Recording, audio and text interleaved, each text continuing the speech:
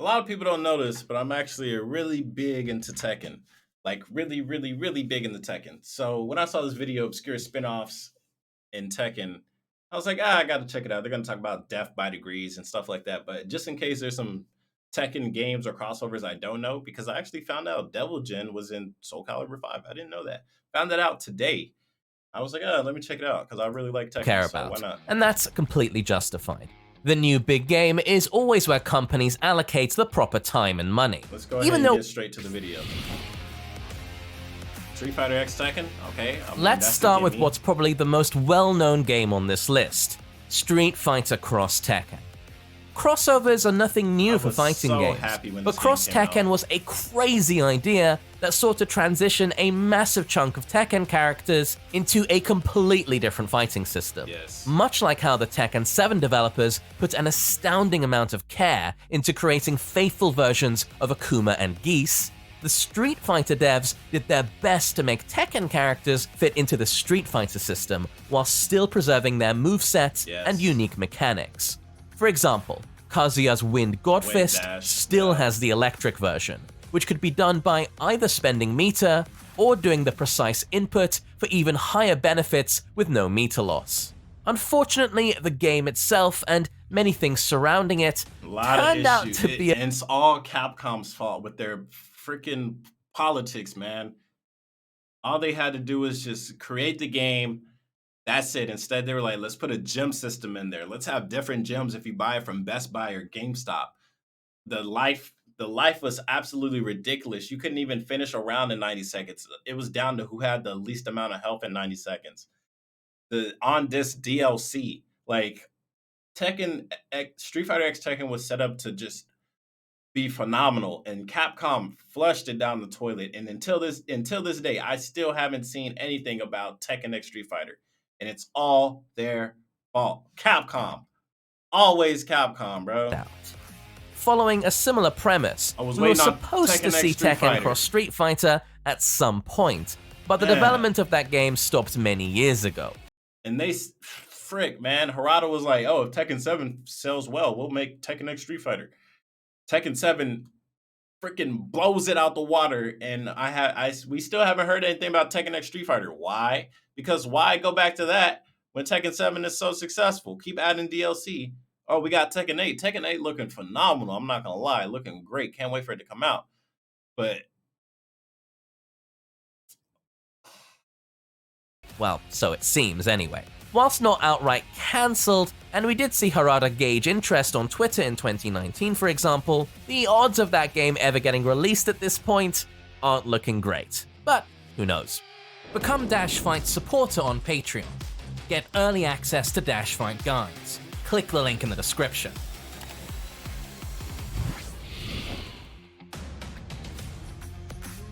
As many of you know, when Tekken Tag Tournament 2 came out, it failed to garner the same success as previous titles, including the original Tag game. Less than a year after the release of Tag 2 on home consoles, Bandai Namco put out Tekken Revolution. The game was a free-to-play title available only through PSN. Does this really count as an obscure? I mean, I know it was only on PS3, but everybody played Tekken Revolution because it was free to play. And it was pay to win. And was, by and large, a complete reuse of Tekken Tag 2 assets. Yes. While it's hard to say for sure, it felt like the game was an attempt to recoup some of the losses by creating a more traditional Tekken game that could also appeal to more casual players. A layer of the audience that was completely alienated by Tag 2's complexity. Free-to-play also removed the initial barrier of entry. But what about the gameplay? Well, Revolution featured a bizarre system where every character had 3 stats that you could upgrade by leveling up and earning skill points. Power made you hit like a truck. Endurance made you tough it out, like a truck. And Vigor has nothing to do with trucks. Instead, it increased your chance of entering rage and scoring critical hits, which, yes, made you hit like a truck. As if that wasn't enough though, Revolution also added invincible moves. Yes. Think of power crushes, but instead of armor, you got straight up invincibility from frame 1, and could do serious damage on top of that. Going back to the free-to-play model, The game wasn't actually as free as you might.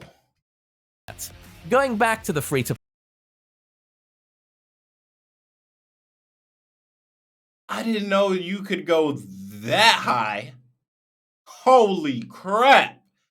Play model. The game wasn't actually as free as you might expect. So he one-shot and went back 3+4, the game operated similarly to an arcade machine. He one-shot had him, a free few coins that would regenerate over time. But if you lost a few games, you'd either have to wait or buy golden tickets to keep playing. Imagine the frustration that comes from losing a match on a bad connection. Or worse yet. I was not even listening to what he was saying. Man, how the fuck did Shirako get this footage? Wait or buy golden tickets to keep playing. Imagine the frustration that comes from losing a match on a bad connection, or worse yet, to a cheater and then having to wait. Even though the game was a different experience from Tag 2, it also didn't achieve success and was completely shut down less than 4 years after its release. But it was fun, man. I had a whole bunch of fun playing with my boys. I was the only one with money because we were all still young, but I was selling chips and sodas. For if people think I'll start selling drugs, selling chips and sodas, and I'd create a lobby with my boys, and it'd be like 5 of us, and we'd all just playing Tekken, and we all could just play unlimited because I had the money. But since it was free to play, all of my homies played. We got into Tekken. We all had our own mains. Of course, I was the Jin main. One of my boys, Killer J, shout out Killer J, he was using King. Shout out to my boy Gee, he was using Jack 6 for some fucking reason. Shout out to my boy Chief, he was using Lee. Shout out to the other kid that was playing with us, he used Law. It was fun times. Death by Degrees, I knew this was coming. By far the most ambitious Tekken spin-off, Death by Degrees is an action-adventure game starring the Williams sisters. On the surface, it might be hard to see why this game is so disliked. It had an intense soundtrack, a good amount of gameplay variety, nice-looking levels, and it took some cues from both Devil May Cry and Metal Gear Solid for its combat and presentation. Really? However, once you actually start playing, the issues instantly became clear. Death by Degrees combat had very gimmicky controls, where instead of the usual attack and block buttons, all your fighting was done by flicking or tapping the right and left analog sticks. What's even better is that attack and block are done by the exact same thing. Because of this, combat usually comes down to moving away and spamming combos from start to finish. While the game was certainly unique and had many great and creative ideas, the amount of jank is simply too much to bother with for most players. Even amongst die-hard Tekken fans, you won't find many people who tried Death by Degrees, let alone beat it. Wow, I'm not gonna lie, that made Death by Degrees look pretty When cool. Death by Degrees came out, people were excited that it would bring smooth Tekken combat to an action game. Oh, the mobile? Similar to how Tekken Force turned out. Oh, snap. Weirdly enough, it took a completely unrelated game to do just that. Urban Reign was developed by Namco during the better days for 3D brawlers. You can tell they really wanted to make a solid take on the genre when they brought over some of the Tekken and Soul Calibur developers. Any Tekken fan will also instantly recognize the familiar mechanics and borrowed attack animations, making it oddly endearing. Even though it wasn't received well at the time, the reception to Urban Reign has warmed up over the years, and these days it's usually known as a challenging but rewarding beat-em-up with more character variety and depth than you might expect. It even had a chaotic PvP mode that was similar to what we now call arena fighters. How much health this guy However, got? it's not on our list just because of that. Tekken had a full-on crossover with Urban Reign, bringing over 2 of its classic characters, Martial Law and Paul Phoenix. Naturally, both of them had their iconic moves, which made it even more fun to punch and kick your way through the game's levels. And of course, with the game having PvP, you could pit them against each other, resulting in the weirdest feeling match of Tekken. That looked dope. That gameplay looked really good. Moving on to the world of small Tekken, we have an ambitious little game by the name of Tekken Advance. a game that tried to fit a 3D title onto a handheld console that was in no way designed to handle 3D. While some developers resorted to black magic and occult rituals to make 3D work on very limited hardware, Namco instead chose to adapt Tekken to 2D.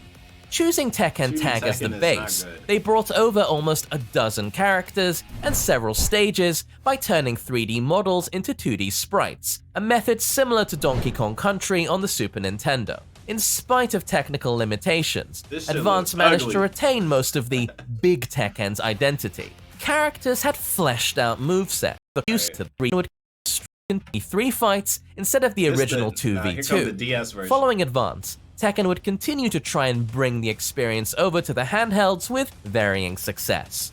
The PSP ports of Tekken 5 Dark Resurrection and Tekken 6 were extremely faithful to their home console counterparts. Unfortunately, Tekken 3D for the 3DS felt like a more watered-down experience. Wait. These are the buttons? You don't use the face buttons at all? You only use this? I thought these were going to be like in Street Fighter for 3DS, you use these for the special moves. I thought these were going to be like the command grabs and stuff like that. If this is literally 1 and 2, 3 and 4, the actual limb buttons instead of the face buttons, that's not good design at all. In 2010, they even tried to bring Tekken to older mobile phones, but it barely Tekken on mobile on the phone was resembled the real thing. I played Tekken 2 on These days, thanks to powerful handhelds like Steam Deck, you can easily play a normal version of Tekken 7 on the go. It's not exactly optimal for online matches, but it does enable easy access to practice mode or local versus mode wherever you are. Perhaps with enough support from the developers, the same could also be true for Tekken 8. Fingers crossed. Namco x Capcom. Ah! This is the one I saw on I think it was the PSP or the DS. I think it's Japanese exclusive. It looked kind of cool. Gaming companies do various crossovers. It's rarely treated as anything too serious. Guest characters are generally not acknowledged in the plot, and bigger crossovers seldom bother to come up with a story to explain it all. While there are some notable exceptions like Marvel vs. Capcom Infinite or Mortal Kombat vs. DC, Namco x Capcom takes it a step further.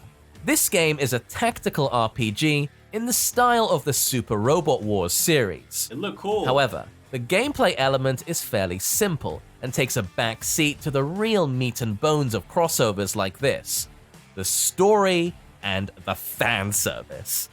Namco x Capcom didn't simply feature dozens of both iconic and lesser-known characters from their respective publishers.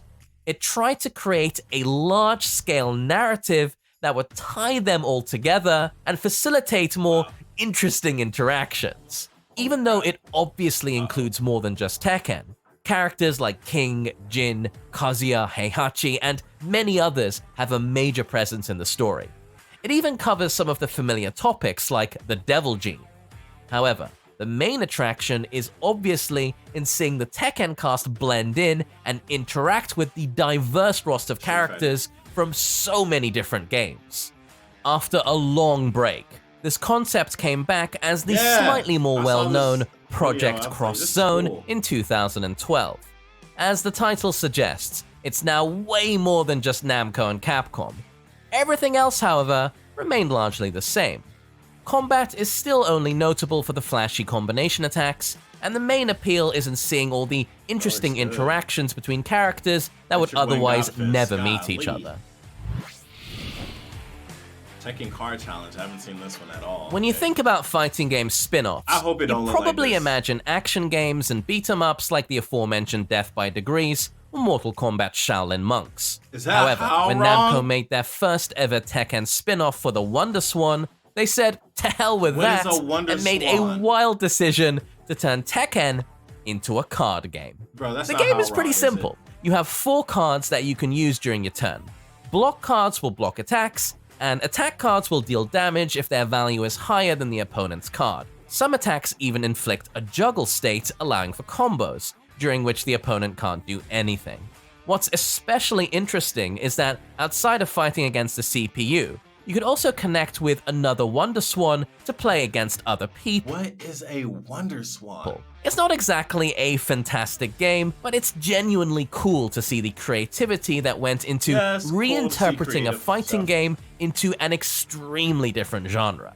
Namco would even attempt to give it another shot with Tekken Card Tournament, a 2013 game that was available through browsers. Oh my goodness, yeah, this definitely looks like a browser game. This reminds me of the time I typed in Tekken on PC trying to find a Tekken game to play and I couldn't find nothing that worked. And smartphones.